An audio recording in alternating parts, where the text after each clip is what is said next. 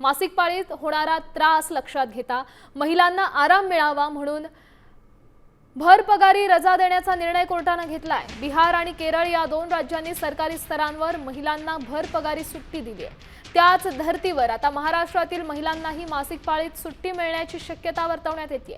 याच संदर्भात आरोग्य मंत्री प्रकाश आंबेडकरांनी विधानसभेत माहिती दिली आहे। पाहूया।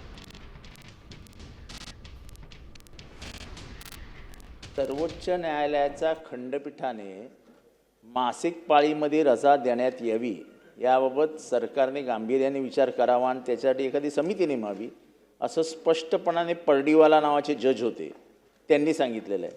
आणि त्याच्यामुळे आपण हा जर निर्णय घेतला भारतातला पहिला निर्णय असेल तो, त्यामुळे याच्यात आपण गांभीर्याने विचार करून एखादी समिती नेमून याबाबत पुढचा निर्णय पुढच्या अधिवेशनापर्यंत येऊ शकतो का याचं काही उत्तर आपण या ठिकाणी देऊ शकाल का?